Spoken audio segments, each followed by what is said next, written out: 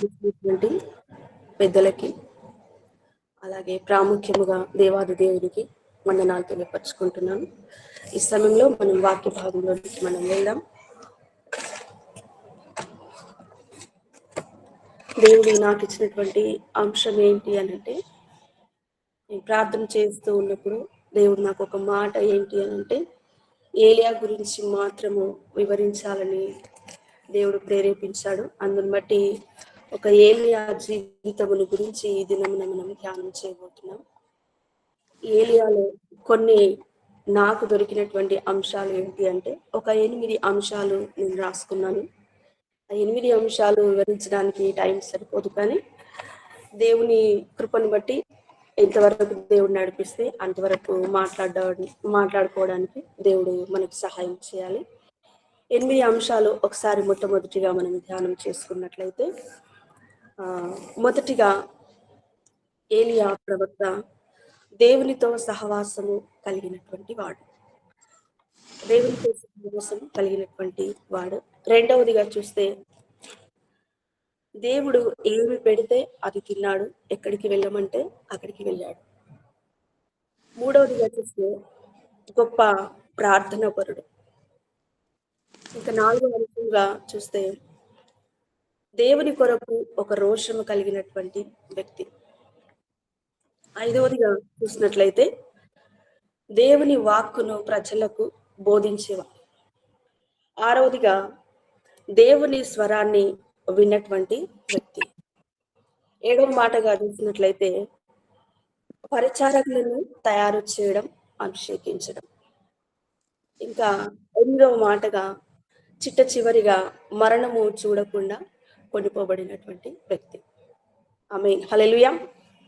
నాకు దేవుడు ఈ మాటలు ఎందుకో నాకు తెలియదు, కానీ ఏలియా జీవితం గురించి బోధించాలని నాకు ఒక బలమైనటువంటి ప్రేరేపణ కలిగినందువలన ఏలియా జీవితంలో ఉన్నటువంటి లక్షణాలు మరి మా సేవా జీవితంకు ఏదైనా సరిపోతాయా అని చెప్పి నేను చూసినప్పుడు నాకు 8 అంశాలు నాకు కనబడడం జరిగింది. ఆ 8 అంశాల్లో కొన్ని మాత్రం మనం ధ్యానం చేసుకునబోతున్నాం. సమయం 6:05 అవుతుంది. త్వరగానే నేను ముగించడానికి ప్రయత్నం చేస్తాను. బైబిల్ గ్రంథంలో నుంచి మొట్టమొదటిగా మనం చూసినట్లయితే, దేవునితో సహవాసము కలిగినటువంటి వ్యక్తిగా చూసినట్లయితే, మొదటి రాజుల గ్రంథం 17వ అధ్యాయము.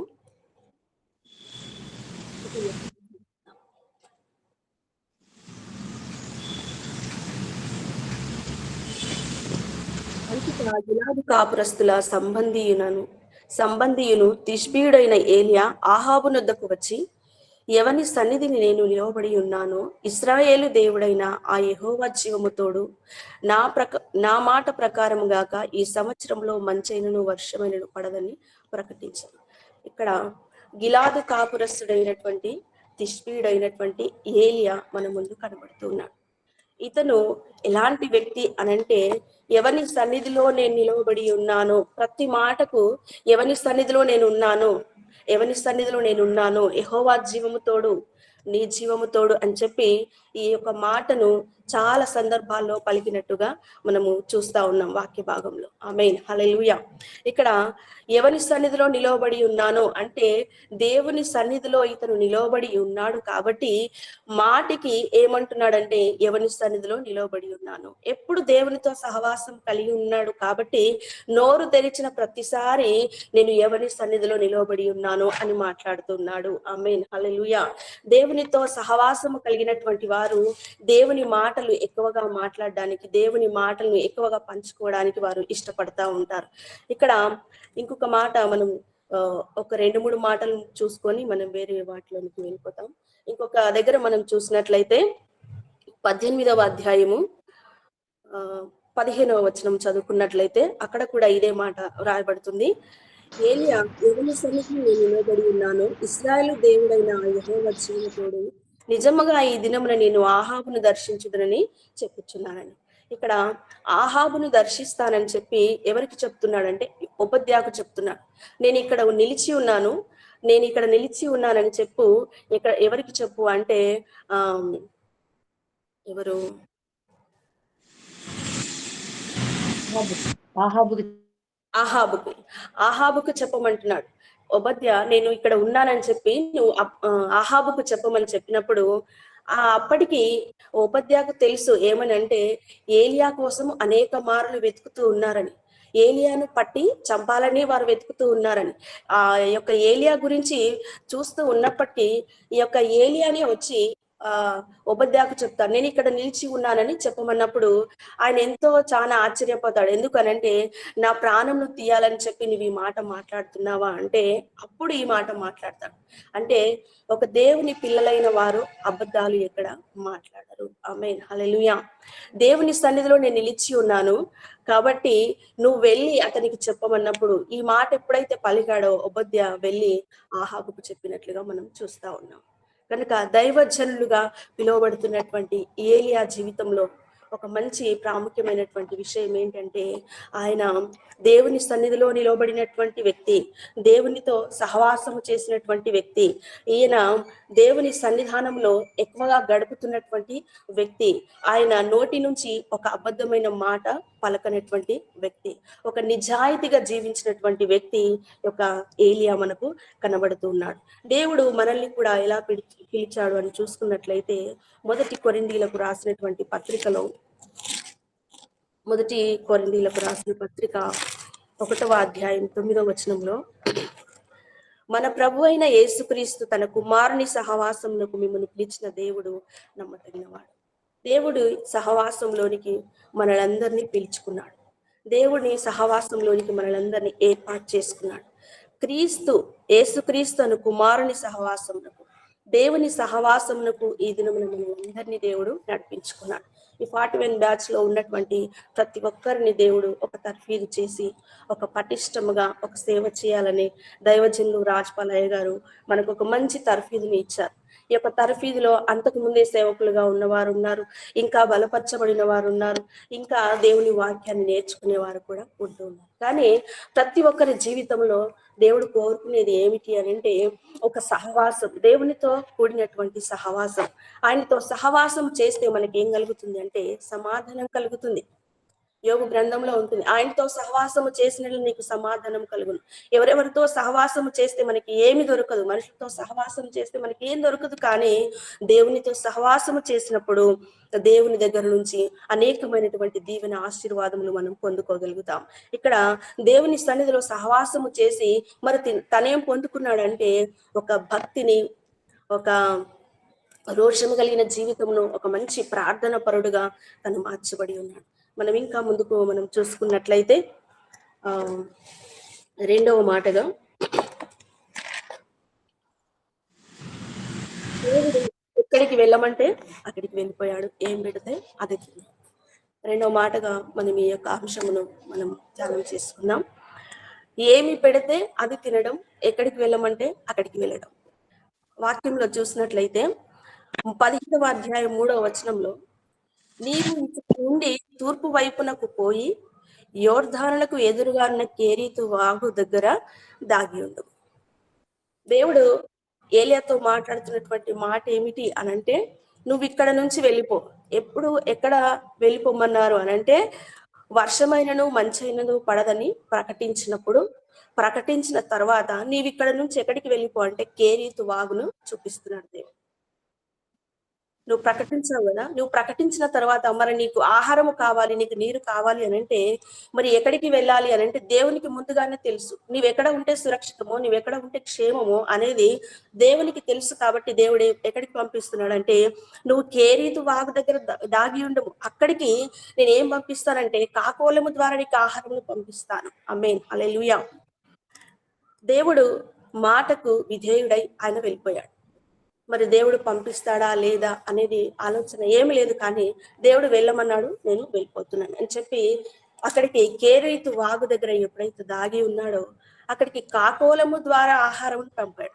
రొట్టెను మాంసం, మరి ఎలాంటి భోజనం అంటే ఒక మాంసం. మరి కాకి చూసినట్లయితే ఒక ఎముకను వేస్తే అది కర్ర ఒరులుతూ దాన్ని దగ్గర ఆ యొక్క మాంసం కోసము చాలా మాంసం అంటే తనకి చాలా ఇష్టం. కానీ ఇష్టమైన దానితోనే దేవుడు ఏం పెట్టాడంటే ఏలియాకు ఇష్టమైనటువంటి భోజనాన్ని దేవుడు పెట్టాడు. కాబట్టి దేవుని మాటకు విధేయత చూపినటువంటి వ్యక్తి ఎక్కడికి వెళ్ళమంటే అక్కడికి వెళ్ళాడు. ఎక్కడ ఉండమంటే అక్కడ ఉన్నాడు. ఏ స్థలంలో ఉండమంటే ఆ స్థలంలో ఉండడానికి ఏలియా దైవజనుడు తన మనస్సును సంసిద్ధం చేసుకున్నాడు. కాబట్టి తనను కాకోలము ద్వారా దేవుడు పోషించాడు. రొట్టె మాంసమును ఆ యొక్క వాగు దగ్గర దాగి ఉన్నప్పుడు, అక్కడే ఉంటూ ఉన్నప్పుడు, అక్కడే నివాసం చేస్తున్నాడు, అక్కడే ఉంటూ ఉన్నాడు. తన జీవితం అంతా ఆ యొక్క స్థలంలో ఉండి తను దేవునికి సహవాసము కలిగి ప్రార్థన పరుడుగా ఆయన ఉంటూ ఉన్నాడు. ఆమేన్ హల్లెలూయా. అక్కడి నుంచి మరొక చోటకి పంపిస్తాడు దేవుడు. అదేంటో చూసినట్లయితే 8వ వచనంలో కూడా అక్కడే రాయబడుతూ ఉంది చూడండి. అంతటా యెహోవాకు అతనికి ప్రత్యక్షమై ఇలాగు సెలవిచ్చెను, నువ్వు సీదోను పట్టణ సంబంధమైన సారేపతను ఊరికి పోయి అచ్చట ఉండుము. నేను పోషించుట కార్చుట ఒక ఆ విధవరాలికి నేను సెలవిచ్చితిని అని చెప్తాడు. ఈ యొక్క కేరేతు వాగు దగ్గర నుంచి మరెక్కడ పంపిస్తాడంటే, ఆ వాగు నీరు అయిపోయింది, వర్షం పడట్లేదు, ఆ వాగు నీరంతా ఎండిపోవచ్చింది. అప్పుడు దేవుడు నీవిక్కడ కాదు, నీవిక్కడ నుంచి ఎక్కడికి వెళ్ళాలంటే ఒక సారేపతను ఊరికి వెళ్ళాలి. ఆ సారేపతను ఊరిలో మరి ఒక ధనవంతులకు అప్పగించాడా దేవుడు? మరి అక్కడ ఒక మంచి ఉన్నతమైన స్థితిలో ఉన్న వారికి అప్పగించాడా దేవుడు ఒక దైవజనుని అంటే, ఏమీ లేనటువంటి ఒక విధవరాలికి దేవుడు ఈ యొక్క దైవజనుని పంపించాడు. నువ్వెళ్ళి అక్కడ ఎక్కడ ఉండాలి అంటే సారేపతను ఊరిలోనికి వెళ్ళమన్నాడు. ఇక్కడ నేనొక విధవరాలికి నేను సెలవిచ్చానని చెప్తా ఉన్నాడు. ఆమేన్ హల్లెలూయా. ఆ యొక్క విధవరాలు కూడా దేవుని మాటను విన్నట్టుగా, దేవుని మాటను, దేవుని స్వరాన్ని వినే స్త్రీలో కనబడుతుంది. ఆమె విధవరాలే కానీ ఆమె జీవితంలో దేవుని స్వరాన్ని వినగలిగినటువంటి జీవితం ఆమెలో ఉంది. కాబట్టి అక్కడ నేను సెలవిచ్చితిని అని చెప్తున్నాడు దేవుడు. ఇక్కడ నుంచి కేరేతు దగ్గర నుంచి సారేపతను ఊరికి వెళ్ళి అక్కడ 3.5 సంవత్సరములు ఏలియా పోషించబడ్డాడు. ఆమేన్ హల్లెలూయా. దేవుడు మన జీవితంలో కొన్ని అలౌ చేస్తా ఉంటాడు. ఎక్కడి నుంచి ఎక్కడికి పంపాలో, ఎక్కడి నుంచి ఏ స్థానంలోనికి తీసుకొని రావాలో, ఎక్కడ ఉంటే నీకు పరిచర్య జరుగుతుందో, ఎక్కడ ఉంటే దేవుని ఆశీర్వాదాలు నీ జీవితంలోనికి వస్తాయో అవి దేవునికి మాత్రమే తెలుసు. నా జీవితంలో చూసుకున్నట్లయితే ఒక చిన్న మాట నేను చెప్పి నేను వాక్య భాగంలోనికి వెళ్తాను. ఎక్కువగా నేను వివరించను కానీ, అంటే మా యొక్క దైవజనులు చనిపోయిన తర్వాత నేను నా పిల్లలు నలుగురము మేము కొడంగల్ ప్రాంతంలో సేవ చేస్తున్నాం. అక్కడ చూసినట్లయితే బిల్డింగ్ లో ఉన్నాం. అప్పటికి దైవజనులు ఉన్నప్పుడు మేము అదే ఇంట్లో ఉన్నాం. దాన్ని రెంట్ చూస్తే 2600 అప్పట్లో. థర్డ్ ఫ్లోర్ బిల్డింగ్ లో ఉన్నాం. మంచిగా ఉంది, అంత నీట్ గా ఉంది, అంత ఫెసిలిటీగా ఉంది. పిల్లలందరూ అక్కడే చదువుతున్నారు. మహబూబ్ నగర్ లో కోస్గిలో దగ్గర అవన్నీ. అక్కడంతా చదువు బాగానే ఉంది, అంత మంచిగానే ఉన్నాం. కానీ దేవుడు దైవజనుడు వెళ్ళిపోయిన తర్వాత నాతో ఒక మాట మాట్లాడడం జరిగింది. ఏమనంటే, ఇక్కడి నుంచి వెళ్ళిపోయి నువ్వు పేతురువు బండ మీద సంఘమును కట్టుదును, అక్కడ గొప్ప ఉజ్జీవమును నేను తీసుకొని రాబోచును అని చెప్పినప్పుడు అక్కడ విడిచిపెట్టి తుంకిమెట్లకు వెళ్ళమని దేవుడు నన్ను బలవంతం చేశాడు. అప్పుడు పరిస్థితి చూసినప్పుడు తుంకిమెట్ల పరిస్థితి ఎలాంటిది అంటే, ఒక 500 రెంట్‌తో ఉన్నటువంటి ఇల్లు, బండలిల్లు, ఎలుకలతో, చాలా కంపుతో, వాసనతో, వర్షం పడితే మొత్తం అనేకమైనటువంటి వాటర్ వచ్చి ఇంటి ముందే నిలిసేవి. అంతటి ఆ యొక్క స్థితిని చూసినప్పుడు, అబ్బా ప్రభువా! నేను అక్కడికి వెళ్ళాలా అని చెప్పి ఆ యొక్క పరిస్థితి చాలా డేంజరు. అక్కడ ఒక బాత్రూమ్ ఉండేది కాదు. అంతా ఒక ఓపెన్ ప్లేస్‌గా అంత పరిస్థితి చూసినప్పుడు నాకు అనిపించింది, మరి దేవా ఇది నీ చిత్తం అయితే అబ్రహాము అన్నింటిని విడిచిపెట్టి వెళ్ళిపోయాడు కదా అని చెప్పి అక్కడి నుంచి మేము ఖాళీ చేసుకొని ఎప్పుడైతే దేవుని మాటను బట్టి తుంకిమెట్ల ప్రాంతంలో అడుగు పెట్టాము. దేవుడు ఎలా పోషించాడంటే ఏలియాను పోషించే విధముగా దేవుడు మమ్మల్ని పోషిస్తూ వచ్చాడు. ఆమేన్ హల్లెలూయా. ఒక మాటకు విధేయత చూపడం. అన్ని పిల్లల పరిస్థితులు చూస్తే చదువులకు అన్నింటికి అవకాశం. అక్కడి నుంచి ఇక్కడికి వచ్చిన తర్వాత చాలా ఇబ్బందులు పడ్డాము. పిల్లలు చదువు విషయంలో బస్సులు టైంకి దొరకక ఒక గంటలు 2, 3 గంటల ప్రయాణము అయిన ఇబ్బందిని కోరుకొని కూడా దేవుని పిలుపుకు లోబడి రావడం వల్ల దేవుడు ఈ దినమున ఒక ఉన్నతమైనటువంటి స్థానంలో, ఒక ఉన్నతమైన పరిచర్య విధానంలోనికి దేవుడు తీసుకొని వచ్చాడు. ఎందుకు అనంటే దేవుడు మాట ఇచ్చి నెరవేర్చే దేవుడు, ఆయన మాట తప్పని వాడు. అందుకనే ఈ యొక్క ఏలియా ఎవరి మాట వింటున్నాడంటే దేవుని మాట వింటున్నాడు. అయ్యో అక్కడ ఏం దొరుకుతుందో, అసలు ఏముంటుందో అనేది ఆలోచన లేదు, కానీ దేవుడు నన్ను వెళ్ళమంటున్నాడు, నేను వెళ్ళిపోతున్నాను అని చెప్పి తను వెళ్ళినప్పుడు యొక్క 3.5 సంవత్సరంలో అంతటా కరువు ఉంది, కానీ ఏలియాకు మాత్రం కరువు లేదు. ఆయన తృప్తిగా ఆయన భోజనము చేస్తూ వచ్చాడు, ఆయన రొట్టె తింటూ వచ్చాడు. ఆయన రొట్టెను తినుచు 3.5 సంవత్సరంలో ఒక విధవరాల్ని పోషించిన ఆ దాఖలాలు కూడా అక్కడ కనబడుతూ ఉన్నాయి. ఆమేన్, హల్లెలూయా. కనుక మనము పరిచర్య విధానంలో మనల్ని దేవుడు ఎక్కడికి వెళ్ళమంటే అక్కడికి వెళ్ళిపోవడానికి మనం సిద్ధంగా ఉండాలి. మన మనసును పటిష్టం చేసుకోవాలి. దేవునికి అప్పగించుకున్నప్పుడు, అది చూసినప్పుడు, మన కన్నులకు చూసినప్పుడు అది మనసుకు నచ్చదు, కానీ దేవుని మాటకు విధేయుడై మనం వెళ్ళినప్పుడు అబ్రహాము ఏం చేస్తున్నాడంటే సొదొమ గొమొర పట్టణమును విడిచిపెట్టి చూపునకు అదే ఎడారి ప్రదేశమును విడిచిపెట్టి చూపునకు రమ్యమైన దేశమును మంచి పంట చూ మైదానమును పచ్చికములుగా కలిగినటువంటి స్థలమును యొక్క లోతు కోరుకున్నాడు. కానీ అబ్రహాము విడిచిపెట్టిన దాన్ని, ఒక ఎడారి ప్రదేశాన్ని అబ్రహాము కోరుకున్నప్పుడు అబ్రహామును లోతు కంటే దేవుడు ఎక్కువగా ఆశీర్వదించాడు.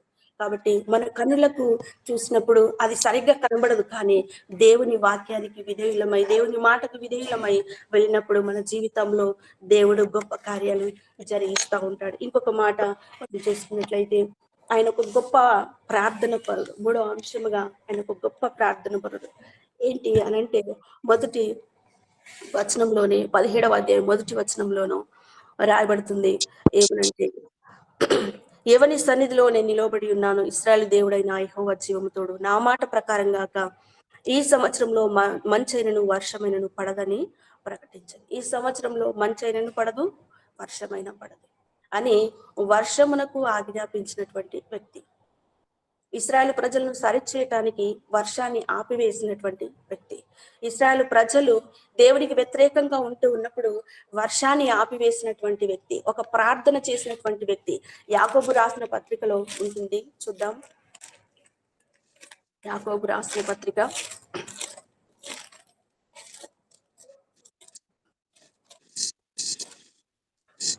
5:17 5వ అధ్యాయము 17వ వచనం. ఏలియా మనవంటి స్వభావం గల మనుషుడే. వర్షింపకుండానట్లు అతడు ఆసక్తితో ప్రార్థన చేయగా 3.5 సంవత్సరముల వరకు భూమి మీద వర్షింపలేదు. అతడు మరలా ప్రార్థన చేయగా ఆకాశము వర్షమిచ్చెను, భూమి తన ఫలమిచ్చెను. ఏలియా మనవంటి స్వభావము కలిగినటువంటి మనుషుడే, కానీ అతడు ఆసక్తితో ప్రార్థన చేశాడు. తన ప్రార్థనలో ఏముందంటే ఒక ఆసక్తి కలిగినటువంటి జీవితం. ఆసక్తి, ఏ విషయంలో అయినా తను ఆసక్తి కలిగి ఉన్నాడు కాబట్టి ఆసక్తితో ప్రార్థన చేశాడు. హల్లెలూయా. ఆ ఆసక్తి ప్రార్థన 3.5 సంవత్సరాలు వర్షం పడకుండా ఆపివేసింది. 3.5 సంవత్సరాలు వర్షమైనను మంచైనను పడదని ప్రకటించినటువంటి ఈ యొక్క ఏలియా జీవితంలో ఆయన ప్రార్థన చేసినటువంటి వ్యక్తి, ఆయన పొందుకున్నటువంటి వ్యక్తి. మనము ఆసక్తితో మన జీవితాల్లో ఏ దాని కొరకైనా మనం ప్రార్థన చేసినప్పుడు దేవుడు తప్పకుండా మనకు ప్రతిఫలం ఇస్తాడు. ఏలియా మన వంటి స్వభావం కలిగినటువంటి మనుషుడే, ఆయన కూడా ఒక మనుషుడే, కానీ ఆ మనుషుని జీవితంలో ఉండి ఆయన ఒక గొప్ప దైవిక తత్వాన్ని ఆయన తీసుకొని ఉంటాడు. ఒక గొప్ప ప్రార్థన పరుడుగా అతడు నిలిచిపోయాడు. అతడు ప్రార్థన చేస్తే వర్షం ఆగిపోయింది, అతడు ప్రార్థన చేస్తే మరలా వర్షం కురిసింది. మరి ప్రార్థన చేస్తే మళ్ళీ ఇంకేం జరిగిందంటే ఆకాశం నుండి అగ్ని దిగివచ్చి బలిపీఠమును కాల్చివేసింది. ఆమేన్, హల్లెలూయా.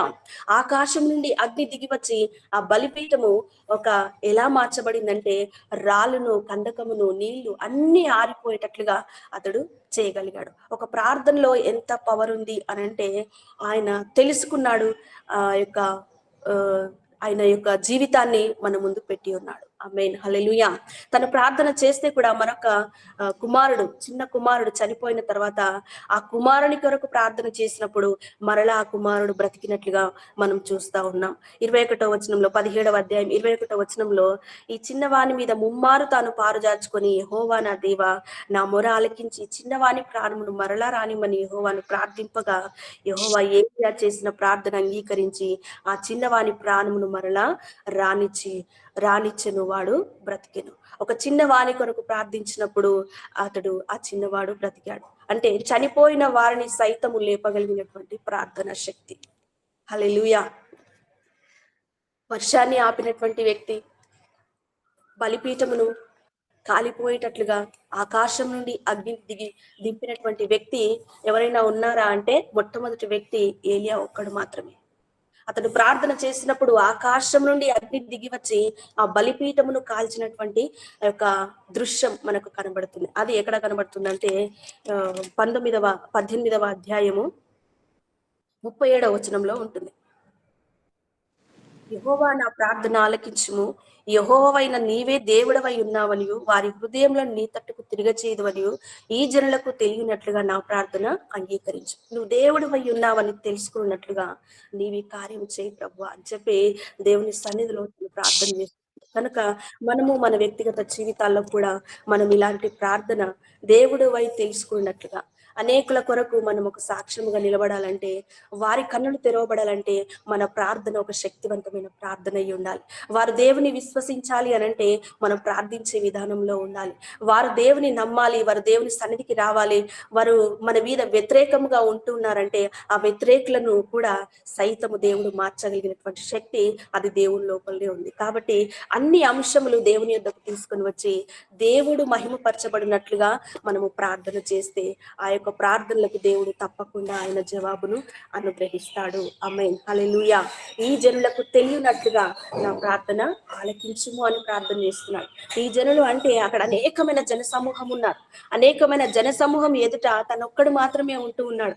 తనొక్కడు ఆ యొక్క ప్రార్థన చేసినప్పుడు దేవుడు తన ప్రార్థన కాదనకుండా ఆయన ఆలకించి ఆకాశం నుండి అగ్ని దిగి వచ్చినటువంటి దేవుడు. ఆమేన్ హల్లెలూయా. ఇంకొక మాట మనం చదువుకున్నట్లయితే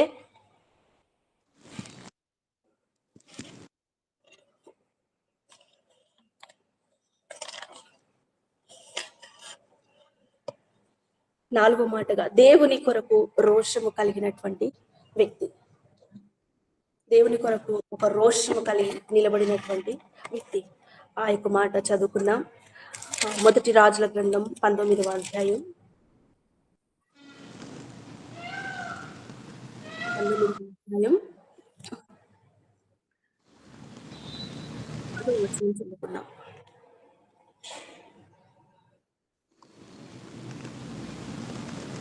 అతడు ఇశ్రాయేలు వారు నీ నిబంధనను త్రోసివేసి నీ బలిపీఠములను పడగొట్టి నీ ప్రవక్తలను ఖడ్గము చేత హతము చేసిరి. సైన్యములకు అధిపతి యెహోవా కొరకు మహారోషము గలవాడనై నేను ఒకడను మాత్రమే మిగిలి ఉండగా వారు నా ప్రాణము కూడా తీసివేయుటకై చూచున్నారని మనం చేశాను. రోషము కలిగి నిలబడిన వారికి అనేకమైనటువంటి కష్టాలు, సమస్యలు ఎదురవుతా ఉంటాయి. రోషము కలిగి దేవుని కొరకు మనం నిలబడినప్పుడు అనేకమైన వ్యతిరేకతలు, పోరాటాలు మన జీవితంలో మనం ఎదుర్కోవాల్సిన పరిస్థితి వస్తూ ఉంటుంది. ఎందుకు అనంటే ఏలియా ఒక్కడు మాత్రమే రోషం కలిగి నిలబడ్డాడు. మన దేవుడు ఎలాంటి వాడు అంటే మహారోషము కలిగినటువంటి దేవుడు. నిర్గమాకాండంలో ఉంటుంది. నిర్గమాకాండము 20వ అధ్యాయము 5వ వచనంలో ఉంటుంది. ఏమనంటే నీ దేవుడైన యెహోవానగు నేను రోషము కలిగినటువంటి దేవుడను, రోషము గల దేవుడను. నన్ను ద్వేషించి వారి విషయంలో 3-4 తరముల వరకు తండ్రుల దోషమును కుమారుల మీదికి రప్పించును. నన్ను ప్రేమించి వారికి నా ఆజ్ఞలు గైకొని వారికి 1000 తరముల వరకు కరుణించువాడని ఏంటి మన దేవుడు ఎలాంటి దేవుడు అనంటే రోషము కలిగినటువంటి దేవుడు. రోషము కలిగిన వారి కడుపులో మరి ఎవరు పుడతారంటే రోషము కలిగిన వారే పుడతారు. ఆమేన్ హల్లెలూయా. ఈ రోషము కలిగినటువంటి దైవజనుడు ఆ యొక్క దేవుణ్ణి బట్టి రోషము తెచ్చుకున్నటువంటి వ్యక్తిగా కనబడుతున్నాడు. రోషము కలిగి నిలబడ్డాడు, ఒక్కడే నిలబడ్డాడు. మరి దేవుడు ఎలాంటి కృప చూపుతున్నాడంటే దేవుణ్ణి మనం ప్రేమిస్తేనంట 1000 తరముల వరకు కరుణించువాడై ఉన్నాడు. దేవుని ఆజ్ఞలు గైకొని దేవుని సన్నిధిని వెంబడించి దేవుని ప్రేమిస్తే కనుక మనల్ని దేవుడు 1000 తరముల వరకు మన యొక్క సంతానమును కరుణించే దేవుడుగా ఇక్కడ కనబడుతున్నాడు. నిర్గమ కాండం 20 మళ్ళా 20వ అధ్యాయం 25వ దేవుని కొరకు ఏం చేస్తున్నాడంటే ఒక గొప్ప ప్రార్థన చేస్తూ ఉన్నాడు. అనేకులకు యెహోవా దేవుడు అని తెలియపరచబడేటట్లుగా ఆకాశం నుండి అగ్ని దిగి వచ్చి అక్కడ బలిపీఠమును కాల్చివేస్తుంది. ఎందుకంటే ఈ సందర్భాలన్నీ మనకు తెలుసు కాబట్టి ఒక మెయిన్ పాయింట్స్ మాత్రమే నేను తీసుకొని ముందుకు వెళ్తూ ఉన్నాను. ఆమేన్, హల్లెలూయా. మనము ప్రభువునకు రోషం పుట్టించే వారిగా ఉండకూడదు, కానీ మనము రోషం కలిగే వారిగా మనం ఉండాలి. ఆ యొక్క మాటను మనం చదువుకున్నట్లయితే అనేకులు తెలుసుకున్నట్లుగా ఇశ్రాయేలు ప్రజలు మార్చబడినట్లుగా తన జీవితమునంతటిని ఆ యొక్క పరిచర్య విధానంలో తను ధారపోసినటువంటి వ్యక్తిత్వం కలిగిన వ్యక్తిగా కనబడుతున్నాడు. రోషము కలిగి నిలబడ్డాడు. వారు సరిచేయటకును ఇశ్రాయేలు ప్రజలను నడిపించటకును ఆ యొక్క ప్రవచిస్తూ ఉన్నాడు. ఒక ప్రవక్తగా ఉన్నాడు. ఒక అభిషేకం కలిగినటువంటి దైవచనుడుగా ఉంటున్నాడు. కాబట్టి మనము మన యొక్క సేవ పరిచర్యలో ఒక రోషము కలిగి మనము నిలబడాలి. రోషము కలిగినటువంటి సేవను మనం చేసేవారిగా ఉండాలి. రోషము కలిగి మనం సేవ చేస్తూ ఉన్నప్పుడు శత్రుత్వం చాలా పెరిగిపోతుంటుంది, కానీ శత్రువుల వైపు ఎవరి మరొకటి మనం చూడవద్దు, కానీ దేవుని వైపు చూసినప్పుడు మాత్రమే ఆ యొక్క శత్రుత్వాన్ని అంతటిని దేవుడు తీసివేసి దేవుడు ఒక మంచి జీవితాన్ని దేవుడు మనకు అనుగ్రహిస్తాడు. ఇంకొక మాట మనం చదువుకున్నట్లయితే మనం త్వరగా వెళ్ళిపోదాం.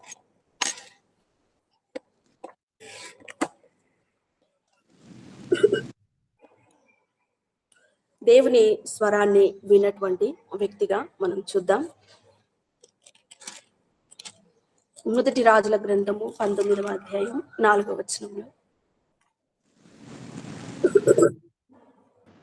తాను ఒక దిన ప్రయాణము అరణ్యంలోనికి పోయి యొక్క బదిరీ వృక్షము క్రింద కూర్చుండి మరణాపేక్ష గలవాడై, యెహోవా, నా పితరుల కంటే నేను ఎక్కువ వాడును కాను, ఇంత మట్టుకు చాలును, నా ప్రాణము తీసుకొనుమని ప్రార్థన చేసెను.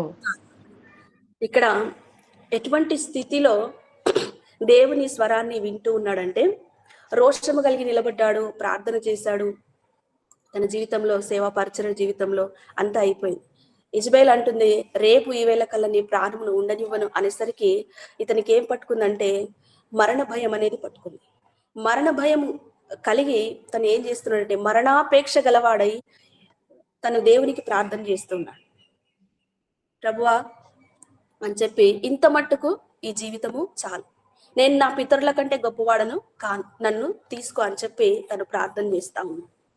ఇంత మట్టుకు చాలు నేను చేసినటువంటి పరిచర్య అని చెప్పి ప్రార్థన చేస్తున్నాడు. మనము కొన్ని సందర్భాల్లో కూడా ఇలాంటి ప్రార్థనలు చేస్తూ ఉంటాం.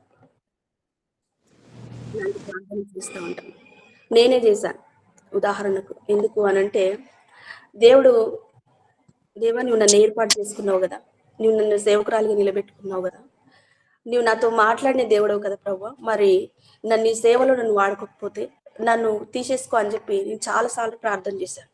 అంటే నాకు తెలియకుండా, ఎందుకు తెలియదు నాకు, కానీ అలాంటి బలమైనటువంటి ఒత్తిడి, అలాంటి బలమైనటువంటి ప్రేరణ నా జీవితంలో కలిగేది. ఎప్పుడు చూసినా నేను సేవ చేయనప్పుడు నేను ఎందుకు భూమి మీద ఉండడం, నన్ను తీసేసుకో తీసేసుకో తీసేసుకో, ఇలాంటి ప్రార్థన నేను చేసేదాన్ని. కొంత నేను అనుకోవాలి అజ్ఞానం అనుకోవాలి, కొంత అజ్ఞానం అనుకోవాలి, తెలియక అనుకోవాలి, లేకపోతే దేవుడు పెట్టిన ప్రేరేపణ తెలియదు, కానీ ఇలాంటి ప్రార్థన నేను చేశాను. మరి ఈ ప్రార్థన చేసినందుకో ఏమో మరి తెలియదు, కానీ ఇప్పుడు దేవుడు నన్ను వాడుకుంటున్నాడు. ఒక వ్యక్తిని అంటే దైవజనుని తీసుకొని నన్ను ఇలా వాడుకోవడానికి మరి నేను చేసిన ప్రార్థనేమో అని కొన్నిసార్లు నాకు చాలా బాధ అనిపిస్తుంది. ఎందుకు అనంటే, అయ్యో నేను అలా చేసి ఉండేది కాదేమో. మనం అనుకుంటాం, మనం నోటి నుంచి మనం ఏది పలికితే అది ఖచ్చితంగా దేవుడు జరిగిస్తాడు. కాబట్టి మనం చేసే ప్రార్థనలు చాలా జాగ్రత్తగా మనం ప్రార్థన చేయాలి. మనం ఏది ప్రార్థన చేస్తే దేవుడు మనకు అది అనుగ్రహిస్తాం. నన్ను వాడుకో ప్రభువా, నన్ను వాడుకో ప్రభువా, మరి వాడుకోకపోతే నాకు ఎందుకు ఈ జీవితం, నన్ను తీసివేసుకో అని అన్నప్పుడు దేవుడు నన్ను తీసివేసుకోలేదు, కానీ దైవజనుని తీసుకొని వెళ్ళిపోయాడు. నన్ను వాడుకోవడానికి నన్ను ఇక్కడ నిలబెట్టాడు. అంటే మన నోటి నుంచి పలికే ప్రతి మాట ఆయన చాలా జాగ్రత్తగా వింటూ ఉంటాడు. కాబట్టి మన నోటి నుంచి వచ్చే ప్రతి మాటను మనము చాలా జాగ్రత్తగా ప్రార్థన చేయాలి. ఆ తర్వాత నేను తెలుసుకున్నాను, నోటి నుండి వచ్చే ప్రతి మాటను దేవుడు వింటాడు, ఆయన ఖచ్చితంగా ఆయన జరిగిస్తాడు. కాబట్టి చాలా జాగ్రత్తగా దేవుని యొద్ద మనం ప్రార్థించే విధానంలో కానీ, వాక్య పరిచయలో కానీ, ఇతరులతో ఉండే విధానము కానీ, మన జీవితమును చాలా చక్కపరుచుకొని దేవునితో సహవాసం మనము చేయవలసిన వారమై ఉన్నాం. ఇక్కడ కూడా మరణాపేక్ష గలవాడై బదరి వృక్షం కిందకి వెళ్ళిపోయాడు, ఇంత మట్టుకు చాలు అని చెప్పి దేవునితో చెప్పుకుంటూ ఉన్నప్పుడు, అప్పుడు ఆ అక్కడ పడుకొని ఉన్నప్పుడు ఒక దేవదూత వచ్చి కాల్చబడిన అప్పమును, రొట్టెను, అక్కడ నీళ్లును అక్కడ పెట్టి తట్టి లేపి భోజనం చేయమన్నప్పుడు ఏలియా లేచి తను ఏం చేస్తాడంటే భోజనం చేసి పడుకుంటాడు. ఎందుకు అంటే తనకి ఇంకా ఏ ఆశలు లేవు, ఇంకా చనిపోవాలన్న తీర్మానం అతనిలో వచ్చింది. కాబట్టి ఇక ఎక్కడికి వెళ్ళాలో తెలియదు, ఏం చేయాలో తెలియదు. అలాంటి స్థితిలో ఆ యొక్క స్థలములో ఆయన లేచి ఆ యొక్క దూత తీసుకొని వచ్చినటువంటి ఆ యొక్క రొట్టెను, ఆ యొక్క నీటిని తీసుకొని పడుకున్నాడు. మరలా దూత వచ్చి మరలా భోజనమును పెట్టి తను ఒక మాట చెప్తుంది, ఏంటంటే నీవు లేచి ప్రయాణమై వెళ్ళు, నీకు ఏమి దాచబడిందంటే ఒక గొప్ప ప్రయాణము నీ కొరకు ముందుంచబడింది అని చెప్తుంది. అక్కడ చూడండి 7వ వచనంలో, అయితే యెహోవా దూత 19వ అధ్యాయం 7వ వచనంలో, యెహోవా దూత 2వ మారు వచ్చి అతన్ని ముట్టి, నీ శక్తికి మించిన ప్రయాణం నీకు సిద్ధమైనది, నువ్వు లేచి భోజనం చేయమని చెప్పినప్పుడు అతడు లేచి భోజనం చేసి ఆ భోజనపు బలము చేత 40 రాత్రి పగళ్ళు ప్రయాణం చేసి దేవుని పర్వతం అని పేరు పెట్టబడిన హోరేబునకు వచ్చి అచ్చట ఉన్న ఒక గుహలో చేరి బస చేసి, ఇక భోజనం చేత 40 రాత్రి పగళ్ళు ఏం చేస్తున్నాడంటే ప్రయాణం చేసి వెళ్ళిపోయాడు. ఒక భోజన బలం చేత 40 రాత్రి పగళ్ళు ప్రయాణం చేయడానికి దేవుడు అతనికి శక్తినిచ్చాడు. ఆమేన్, హల్లెలూయా.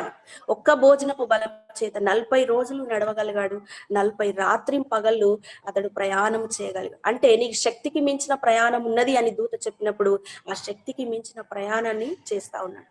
ఏది చెప్పినా ఈ యొక్క ఏలియా పాటిస్తూ ఉన్నాడు. తను జీవితంలో అన్ని అయిపోయాయి, అన్ని వదిలేసుకున్నాను, అంతా అయిపోయింది నా జీవితంలో అని అనుకున్నప్పుడు దేవుడు ఒక మాట మాట్లాడతాడు. అక్కడ దేవుడు స్వరాన్ని వినిపిస్తాడు. భూకంపంలో ప్రత్యక్షమవు కాదు గాని, మెరుపు పుట్టినప్పుడు ప్రత్యక్షం కాదు గాని, మిక్కిలి నిమ్మలముగా ఉన్నప్పుడు ఒక మాటలాడు స్వరంను ఇక్కడ ఏలియా వింటాడు. నేను రోషము కలిగిన వాడనని చెప్పి దేవునితో మాట్లాడతాడు. అక్కడ చెప్పిన తర్వాత మరి దేవుడు ఏం మాట్లాడతాడని చూసినట్లయితే నీకు ఇంకొకటి ఏంటంటే ఇద్దరి 2 పరిచరణను దేవుడు అతనికి అప్పగిస్తాడు.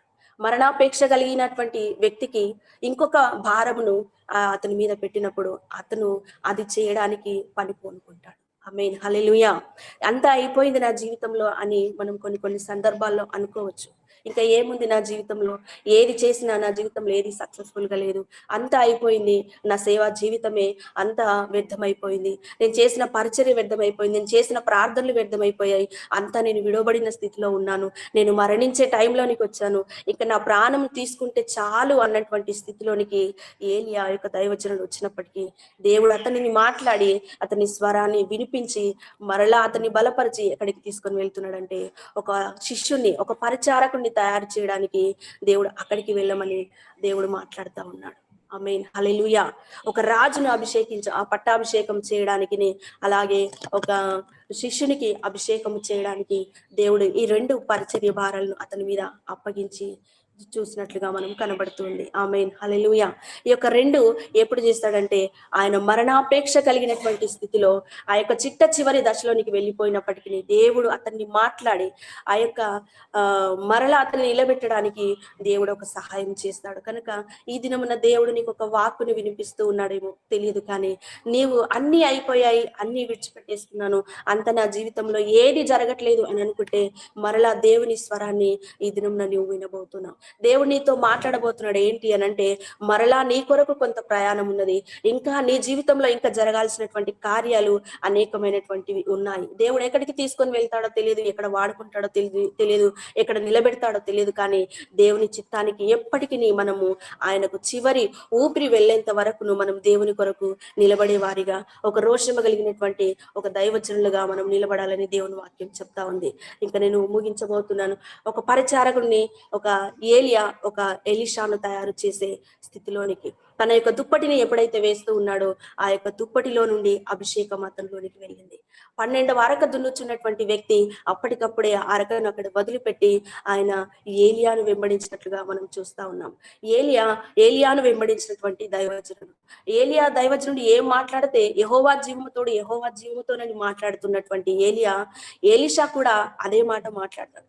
యెహోవా జీవముతోడు నిన్ను నేను విడువను, నువ్వెక్కడికి వెళ్తే నేను అక్కడికి వస్తానని చెప్పి ఏలియాను పరమందుకు తీసుకొని వెళ్ళడానికి వెళ్తూ ఉన్నప్పుడు, నేను నిన్ను విడువను, నువ్వెక్కడికి వెళ్తే నేను అక్కడికి వస్తానని చెప్పి ముమ్మారు యెహోవా జీవముతోడు అనే మాటను ఎలీషా కూడా పలుకుతున్నట్టుగా మనం చూస్తూ ఉన్నాం. దైవజనుడు తను ఏమైతే నేర్చుకున్నాడో శిష్యుడు కూడా ఎలీషా ప్రవక్త కూడా అలాంటి ఒక రోషము కలిగినటువంటి జీవితాన్ని నేర్చుకున్నాడు. కనుక మన దేవుడు రోషము కలిగినటువంటి దేవుడు.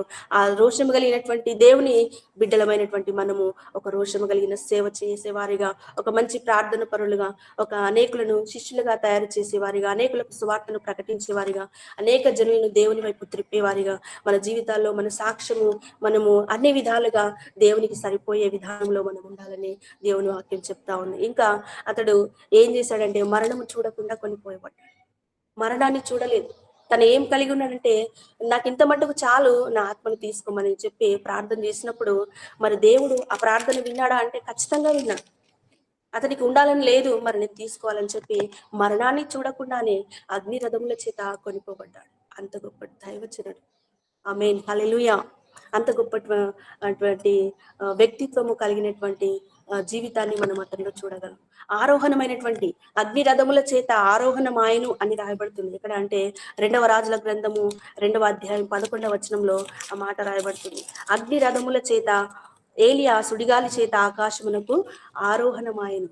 ఆరోహణమైనటువంటి ఏలియా కనబడుతున్నాడు. ఆరోహణమైనటువంటి యేసుక్రీస్తు ప్రభు కూడా మన ముందు కనబడుతున్నాడు. అపోస్తల కార్యం 1వ అధ్యాయం 9వ వచనంలో కూడా ఉంటుంది. వారు చూస్తుండగా ఆయన ఆరోహణమైన. ఎవరు చూస్తుండగా? శిష్యులు చూస్తుండగా. ఆరోహణమైనటువంటి వ్యక్తులు ఎవరు అనంటే ఇద్దరు.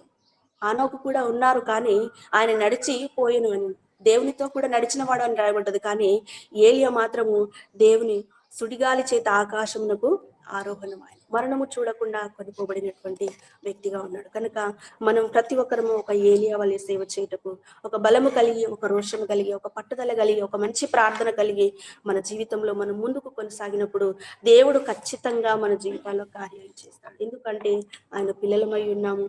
మనము దేవుడు మనల్ని ఏర్పాటు చేసుకున్నాడు. కాబట్టి దేవుని కొరకు మనం విధేయత కలిగి మనము నడుచుకునే వారిగా మనం ఉందము. దేవుడి మాటలను ఆశీర్వదించి దీవించును గాక. ఆమేన్. థ్యాంక్ యూ అక్క. Praise the lord. చక్కని వాక్యం మనకు అందించి మనల్ని నడిపించిన కృపాక్కకి నా హృదయపూర్వకమైన వందనాలు చెల్లిస్తున్నాను. ఇంతవరకు దేవుడు మొదటి నుండి చివరి వరకు మనకు తోడై ఉన్నాడు. దేవునికి వందనాలు చెల్లిస్తూ కృతజ్ఞత ప్రార్థనగా మన మధ్యలో ఉన్న చిట్టి బాబన్న ప్రార్థిస్తారు.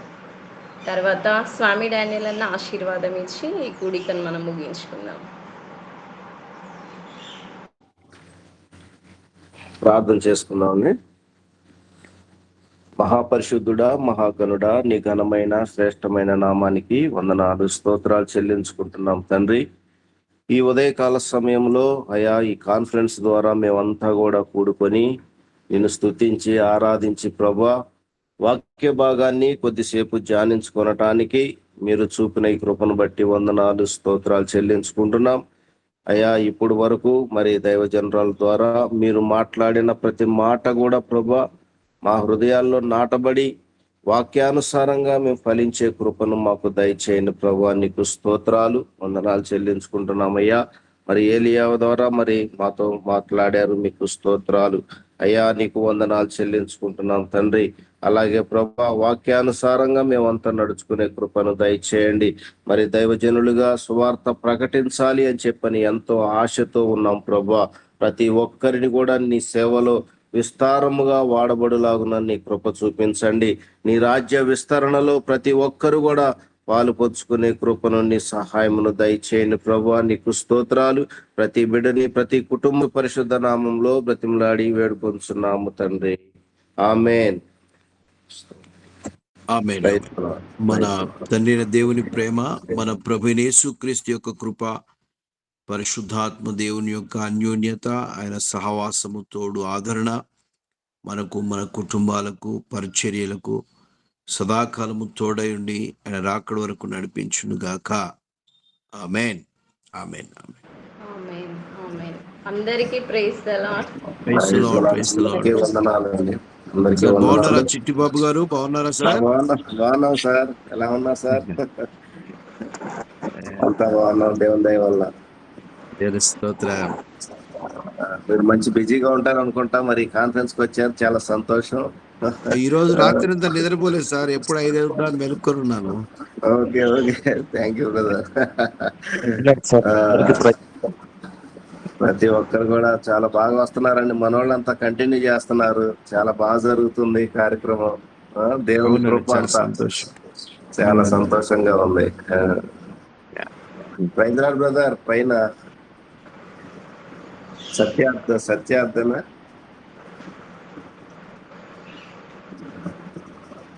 రిజాయిస్. ఓకే ఓకేనండి. ప్రతి ఒక్కరికి వందనాలు. బ్రదర్స్ సిస్టర్స్ అందరికి వందనాలు. వందనాలు. Praise lord. చాలా చక్కగా వాక్యం చెప్పారు, పాటలు పాడారు, వర్షిప్ బాగా చేస్తున్నారు.